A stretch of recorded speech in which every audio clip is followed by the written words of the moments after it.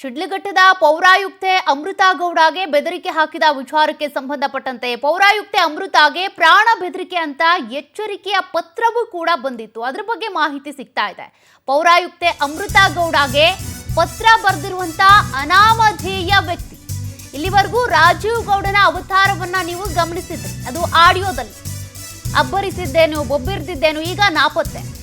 ಅದೇ ರೀತಿ ಪ್ರಾಣ ಬೆದರಿಕೆಯ ಪತ್ರವೂ ಒಂದು ಬಂದಿತ್ತಂತೆ ಅನಾಮಧೇಯ ವ್ಯಕ್ತಿಯಿಂದ ಪೌರಾಯುಕ್ತೆ ಅಮೃತಾ ಗೌಡಗೆ. ಏನಾದ್ರೂ ಅನಾಹುತ ಆಗಬಹುದು ಎಂದಿರುವ ಅನಾಮಧೇಯ ಪತ್ರ. ಸ್ಥಳೀಯ ಶಂಕಿತ ವ್ಯಕ್ತಿಯ ಹೆಸರು ಬರೆದಿರುವಂತ ಅನಾಮಧೇಯ ವ್ಯಕ್ತಿ ಪ್ರಾಣಾಪಾಯ ಇದೆ, ನೀವು ಜಾಗರೂಕರಾಗಿರಿ ಎಂಬ ಎಚ್ಚರಿಕೆ ಬಂದಿತ್ತಂತೆ. ಅನಾಮಧೇಯ ವ್ಯಕ್ತಿ ಪತ್ರಕ್ಕೆ ಬೆಚ್ಚಿ ಬಿದ್ದಿರುವಂತ ಪೌರಾಯುಕ್ತೆ ಫ್ರಮ್ ಅಡ್ರೆಸ್ ಇಲ್ಲದೆ ಟು ಅಡ್ರೆಸ್ ಬರೆದಿರುವಂತ ಅನಾಮಧೇಯ ವ್ಯಕ್ತಿ ನಿಮ್ಮನ್ನ ಟಾರ್ಗೆಟ್ ಮಾಡಲಿದ್ದಾರೆ ಅಂತ ಎಚ್ಚರಿಕೆಯ ಪತ್ರ ಒಂದು ಬಂದಿತ್ತಂತೆ ಪೌರಾಯುಕ್ತೆ ಅಮೃತಾ ಗೌಡಗೆ. ರಾಜೀವ್ ಗೌಡ ಬೆದರಿಕೆ ಹಾಕಿದ್ದಕ್ಕೆ ಪೂರಕವಾಗಿ ಸಾಕ್ಷ್ಯಗಳು ಸಿಕ್ಕಿದ್ದಾವೆ.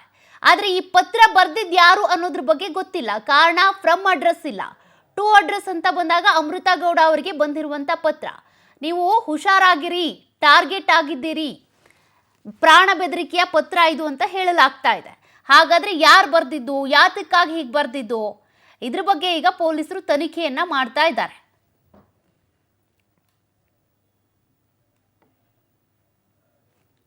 ನೋಡಿ, ರಾಜೀವ್ ಗೌಡ ಕಾಂಗ್ರೆಸ್ನ ಮುಖಂಡ, ಜೊತೆಗೆ ವಿಧಾನಸಭಾ ಚುನಾವಣೆಗೆ ನಿಂತು ಸೋತಿದ್ದಂತ ಪರಾಜಿತ ಅಭ್ಯರ್ಥಿ.